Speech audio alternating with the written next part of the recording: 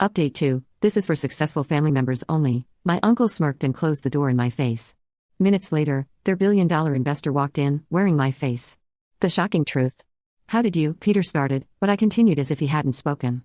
You need more than an investor, I said, my voice carrying to every corner of the room. You need someone to completely restructure this company. Someone who understands modern business practices. Someone who isn't trapped in outdated thinking. Uncle James's face had turned an interesting shade of red. With all due respect, we have generations of experience.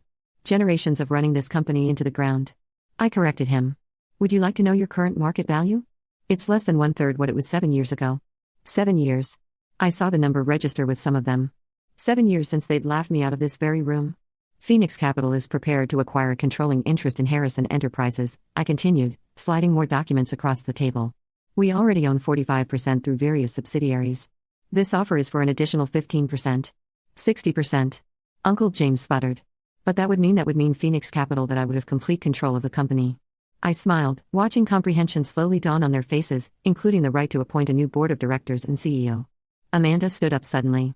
You can't do this. This is a family company. Is it? I asked softly. Because minutes ago you were quite eager to sell to a stranger. Or does family only matter when it's convenient? I stood walking around the table slowly. Would you like to know how Phoenix Capital grew so powerful so quickly? We looked for companies like this one. Businesses run by arrogant men so convinced of their own superiority that they couldn't see the world changing around them. Stopping behind Uncle James's chair, I continued. Companies that ignored talented people because they didn't fit the right profile.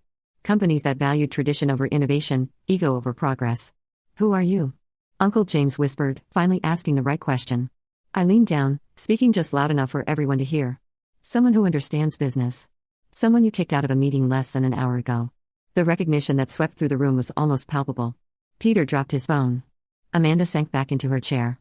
Uncle James's face went from red to white in an instant. Emma, he choked out. Surprise, I said softly, straightening up. Still think I don't understand business, Uncle James? The silence that followed was deafening. 7 years of underestimation, of dismissal, of condescension, all shattered in a single moment. But I wasn't done yet. Not even close. Now, I said, returning to my place at the head of the table, shall we discuss the terms of your surrender? Or would you prefer to explain to the shareholders why you rejected a billion-dollar lifeline because of your pride? The choice was clear, and as I watched my family's empire crumble before me, I couldn't help but think that sometimes revenge is best served in a designer suit with a side of hostile takeover. The next hour was a masterclass in corporate dismantling. One by one, I laid out the terms of Phoenix Capital's takeover.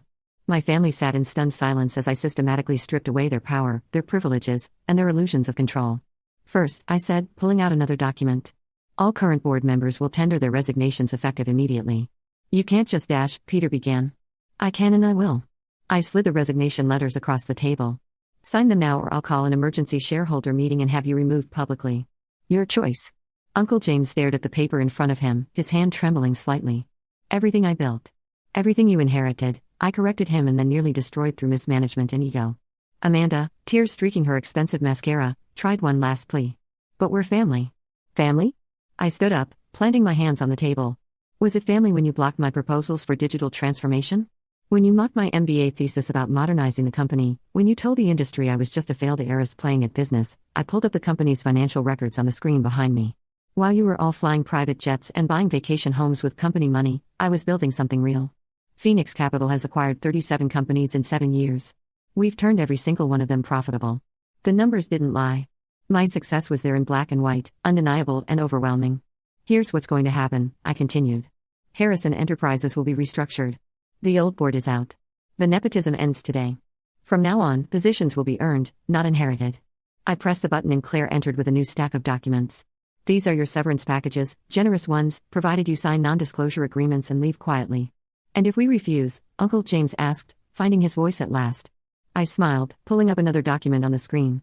Then I released the audit findings to the SEC. The hidden accounts, the manipulated books, the insider trading, all of it. The color drained from his face. He knew I had him? Had all of them. You've been planning this for years, Peter said, realization finally dawning. All those quiet investments, the shell companies. 7 years, I confirmed. Long enough to watch you run this company into the ground. Long enough to build Phoenix Capital into something powerful enough to swallow Harrison Enterprises whole. I walked to the window looking out over the city skyline. You know what the funniest part is? If you had listened to me 7 years ago, none of this would have been necessary. My proposals would have saved the company, but you couldn't see past your own prejudices. Turning back to face them, I saw something I'd never seen before in their eyes. Respect tinged with fear. You have until the end of the day to sign those papers, I said. After that, the offer expires, and I do this the hard way. One by one, they signed. Uncle James was last, his signature shaky but legible. Clarera, I called, please escort the former board members out. Their building access will be revoked effective immediately. As they filed out, defeated and shell-shocked, Uncle James paused at the door. Emma, I underestimated you. We all did. Yes, I said simply. You did. The door closed behind them, leaving me alone in the conference room where 7 years ago they'd crushed my dreams of running the family company. My phone buzzed a news alert. The market had already caught wind of the takeover. Harrison Enterprises stock was soaring on news of the Phoenix Capital acquisition. I sat down in the coast chair, my chair now, and opened my laptop. There was work to be done. A company to rebuild. A legacy to reshape. This is where our story comes to end. Dear listeners, please share your thoughts in the comments section below, and don't forget to like, share, and follow. Thanks to all for your support.